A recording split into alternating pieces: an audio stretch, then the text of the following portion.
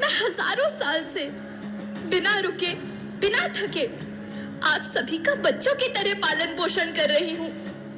मैं तब भी थी जब आप लोग नहीं थे, और मैं तब भी रहूंगी जब आप लोग नहीं रहेंगे। पर अब ऐसा लगता है कि मैं थक रही हूँ। आपकी धरती माँ थक रही है। रसायनों का छिड़काव, रासायनिक खाद और इन सब के कारण पानी एवं हवा में जहरीलापन, यही कारण है कि मैं थक रही हूँ। क्या आप जानते हैं कि इन रसायनों के जहरीलेपन से मेरी मिट्टी वैसे ही जलती है जैसे आपके शरीर पर कोई तेजाब डाल दे। लगता है मेरे बच्चों को मेरे दुख का अंदाजा नहीं है। मेरी मिट्टी बंजर हो रही है। ये रसायन मेरी मिट्टी के उपजाऊपन को खत्म कर रहे हैं और उसमें पाए जाने वाला नमक मेरे शरीर पर मिर्च की तरह जल रहा है। मेरी फसलों की पैदावार कम हो रही है। मैं धीरे धीरे और थक रही हूँ।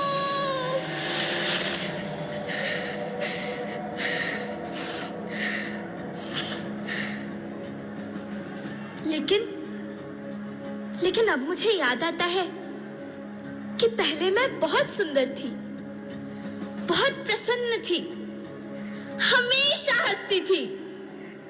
मुझे अब भी याद है।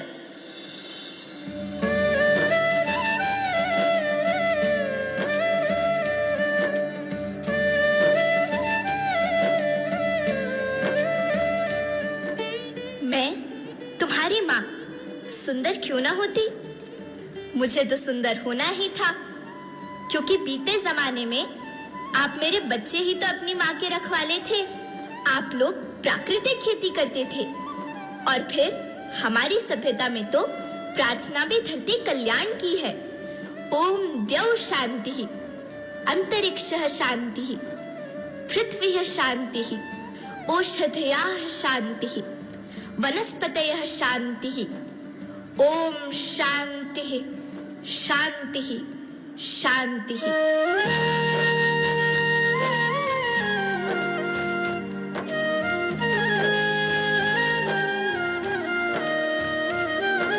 नदियाँ, जंगल, झरने, पर्वत रखना इन्हें संवार के।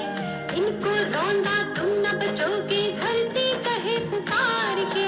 बेमौसम की वर्षा होती, कहीं पे मिट्टी बंजर बनती। बंजर मिट्टी और भी तपती, धरती कहे पुकार के।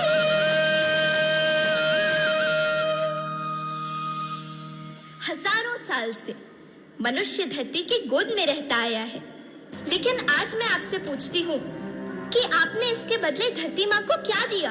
ये जहरीले रसायन और प्राकृतिक खाद जो मिट्टी को बंजर कर रहे हैं, उर्वरकता को बर्बाद कर रहे हैं। आप अच्छी पैदावार के लालच में जो रासायनिक खाद अपने खेतों में डाल रहे हैं, वो अभी तो लाभ देगी, लेकिन लंबे समय में उसी रासायनिक खाद का नुकसान भी है। रासायनिक खाद जहर समान है, और तो और फसलों में पानी की खपत भी बढ़ गई है, जिससे खेती की लागत बढ़ रही है और पानी का स्तर जमीन के काफी नीचे जा रहा है।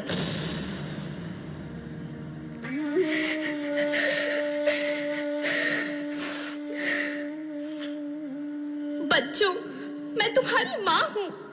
मैंने तुम्हें सुख से जीने के लिए पर्याप्त संसाधन दिए हैं, पर तुम्हारे लालच की पूर्ति के लिए नहीं दिए। ऐसा लगता है कि थोड़ी सी अधिक पैदावार और अपने लालच के लिए आप सब अपनी अगली पीढ़ी, अपने बच्चे के भविष्य के बारे में सोचना भूल गए हैं। सोचो, क्या तुम अपने बच्चों को ऐसे खेत देना चाहते हो जो बंजर हो?